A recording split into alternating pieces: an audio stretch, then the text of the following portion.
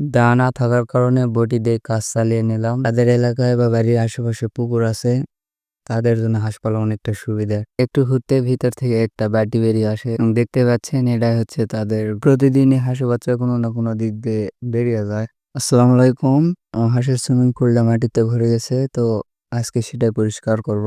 প্রতিদিনই হাঁসের বাচ্চা কোনো না কোনো দিক দিয়ে বেরিয়ে যায়, তো আজকেও একটা বাচ্চা বেরিয়ে গেছে। তো পরবর্তীতে দেখলাম যে নিচে কোনার সাইডে ফাঁকা হয়ে গেছে, তো ওই সাইড দিয়ে প্রতিদিন হাঁস বাচ্চা বেরোয়।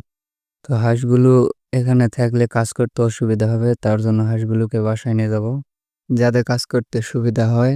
এবং কুদাল দিয়ে যখন কাজ করি, তো হাঁসের বাচ্চাগুলো প্রায় সময় কুদালের নিচে চলে আসে, হুট করে একটা দুর্ঘটনা হয়ে যেতে পারে।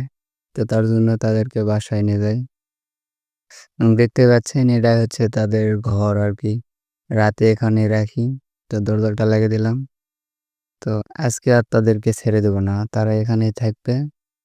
তো দেখতে পাচ্ছেন যে সুইমিং পুলটা মাটিতে কিরকম ভরে গেছে, একবারে সমানে সমান হয়ে গেছে। মানে সেখানে একটুও পানি থাকতেছে না। মানে হাঁসে যে সেখানে যে থাকবে আর কি, গোসল টোসল করবে, এরকম অবস্থা নেই।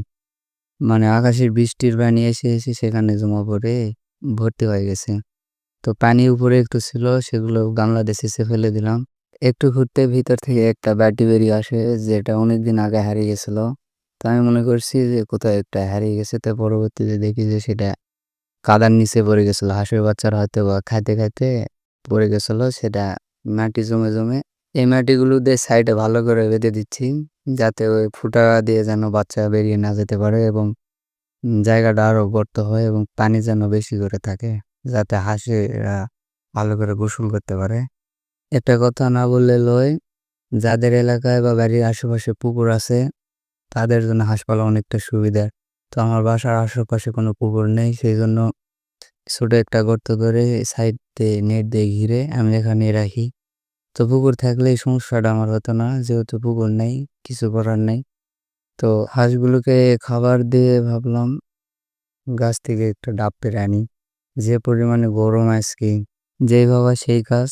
তো গিয়ে ছোট একটা গাছ থেকে একটা ডাবে পেড়ে নিয়ে আসলাম। তো সেটা দা নেই বাসায়, তো বটি দিয়ে কাটার চেষ্টা করতেছি। তো মোটামুটি পারছি আর কি। কয়েকদিন অসুস্থ থাকার কারণে ভিডিও দিতে পারিনি। তো আপনারা সবাই আমার জন্য দোয়া করবেন এবং আমার হাঁসগুলোর জন্য দোয়া করবেন। ভিডিওটি ভালো লাগলে অবশ্যই চ্যানেলটি সাবস্ক্রাইব করবেন। আজকের ব্লগটি এই পর্যন্তই। আল্লাহ হাফেজ।